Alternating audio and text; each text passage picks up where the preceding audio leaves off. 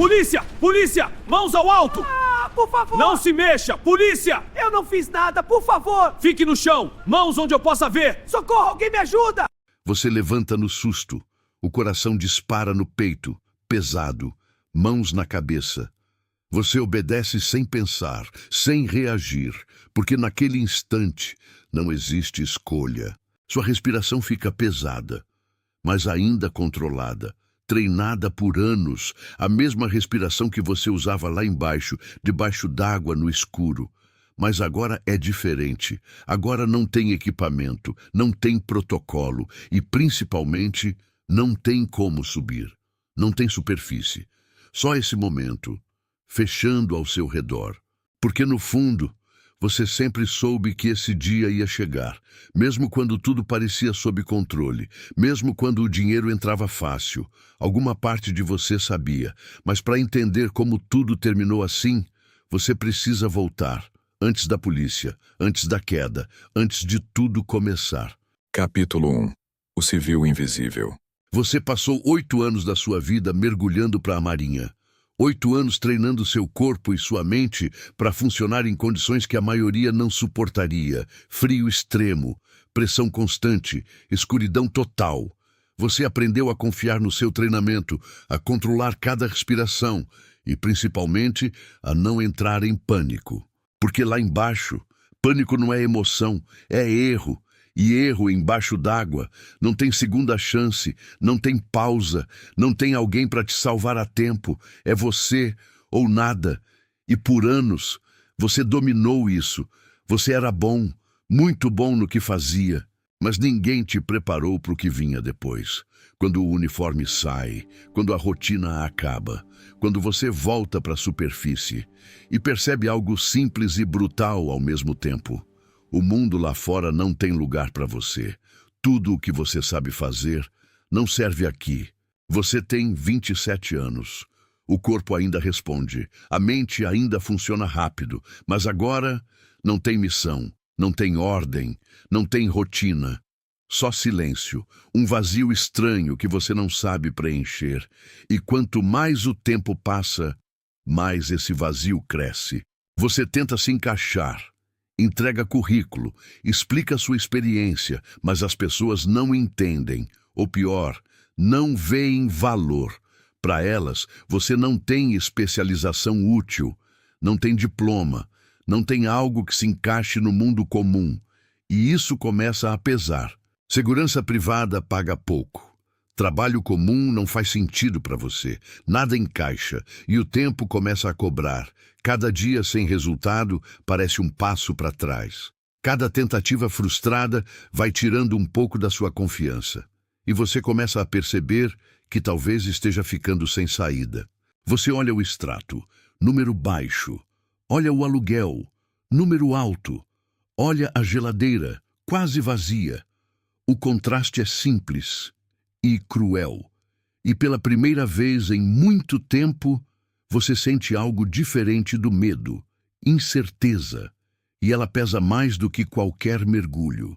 Você tenta se convencer de que é só uma fase, que vai melhorar. Mas os dias passam e nada muda.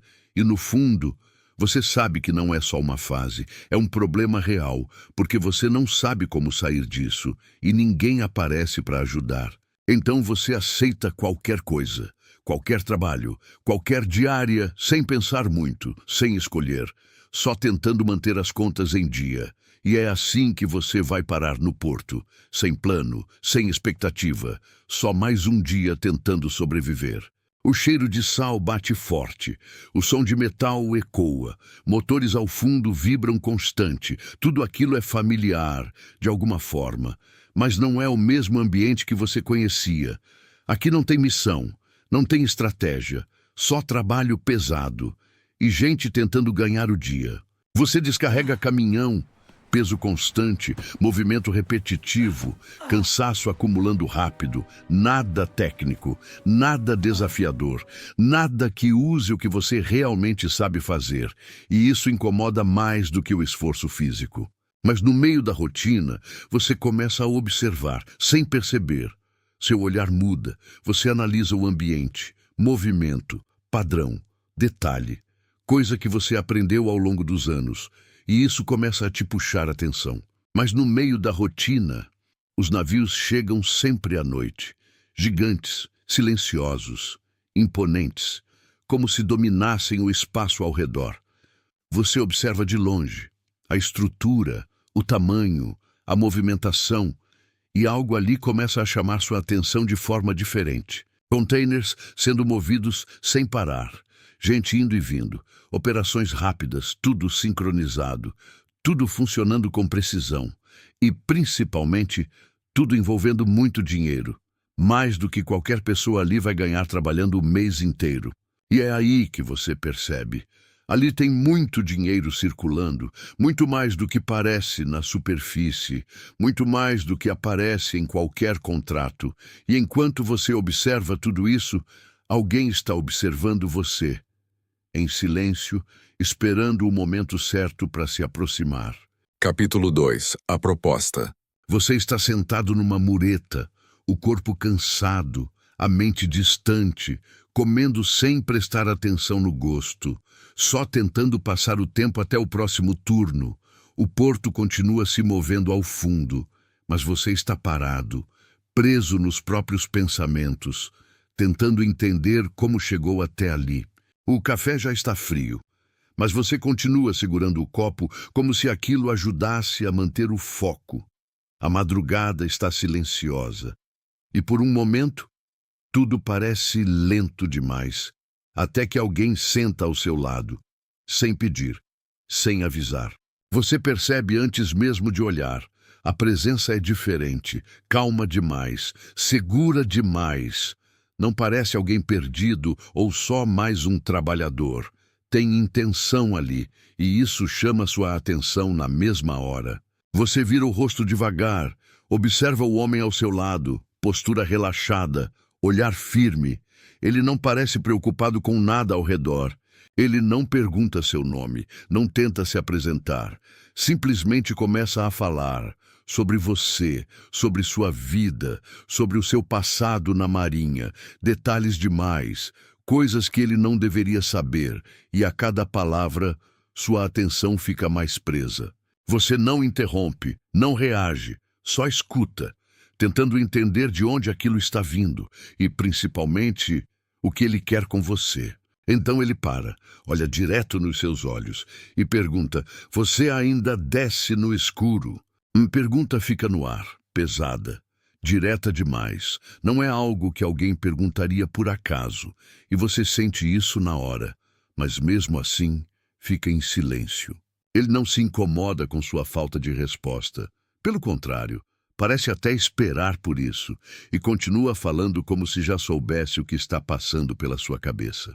Tem gente ganhando em uma noite. Ele faz uma pequena pausa. O que você não ganha no mês inteiro. A frase entra direto, sem filtro, sem suavizar, e você sente o impacto. Sua mente começa a trabalhar rápido. Curiosidade, mas também alerta, porque você sabe, esse tipo de proposta nunca vem sem risco, fazendo exatamente o que você já sabe fazer. Agora ele prende sua atenção de vez, porque não é só dinheiro, é familiar, é algo que você domina. Você finalmente fala: que tipo de trabalho? Ele responde sem hesitar: casco de navio. Silêncio, mas dentro da sua cabeça, tudo já ficou claro. Você conhece, sabe como funciona, sabe o que isso significa. Ele se levanta com calma, sem pressa, e antes de sair, quando cansar de sobreviver, me procura e vai embora, te deixando sozinho, com aquela ideia, crescendo na sua cabeça. Capítulo 3. A decisão. Você tenta ignorar. Diz para si mesmo que não precisa disso, que consegue resolver de outra forma, mas no fundo, nem você acredita totalmente nisso. Os dias passam, um depois do outro, e nada muda. As contas continuam chegando, o dinheiro continua curto, e a pressão só aumenta. Aquela frase volta, de novo e de novo, sem parar. Chega um ponto em que você para de resistir. Porque não é mais uma questão de escolha, é sobrevivência. Você pega o celular. A tela ilumina o rosto no escuro do quarto. Seu dedo trava por 1 segundo. Você sabe o que isso significa. Mas mesmo assim, você manda a mensagem. Resposta imediata. Hoje, 2 da manhã. Sem volta. Capítulo 4. O primeiro mergulho. O ponto é isolado. Um barco pequeno te espera. Motor baixo, luz apagada. O tipo de lugar que não chama a atenção. 3 caras já estão lá. Ninguém fala muito. Só olhares rápidos. Tudo direto. Eles te entregam o equipamento. Simples, funcional, nada oficial, nada que possa ser rastreado. E uma bolsa, pesada. Você segura e entende tudo. O barco se aproxima do navio e ele surge na sua frente, gigante, imponente, uma parede de aço subindo no escuro. E pela primeira vez, você sente algo diferente. Não é medo da água, é do que vem depois. Você entra. O frio bate forte, mesmo com a roupa. A água envolve tudo. O som do mundo desaparece. Agora é só você e o escuro. Você encosta no casco, sente a vibração, se orienta pelo toque, pelo instinto, pelo treino. Você encontra o ponto, caixa de mar, exatamente onde deveria estar. Movimentos rápidos, firmes, sem hesitação, sem erro. Prende a carga, confere de novo. Você sobe, volta para o barco, ninguém fala nada, só te entregam um envelope. Você abre R$20.000 e naquele instante você entende, nada vai ser como antes. Capítulo 5. Abissal. Depois de alguns trabalhos, eles param de te chamar de mergulhador. Agora você tem um nome, Abissal, porque você desce onde ninguém desce. E volta. O trabalho aumenta, mais frequência, mais confiança, mais dinheiro. Você para de sentir o frio. Para de pensar no risco. Virou rotina. Sua vida agora é dividida, superfície e fundo. E você aprende a viver nos dois, por enquanto. Capítulo 6. Expansão. Agora você viaja. Outros estados, outros portos, sempre o mesmo trabalho. Depois, outro país, outro idioma, mesmo esquema. Você percebe algo. Isso é maior do que parecia, muito maior.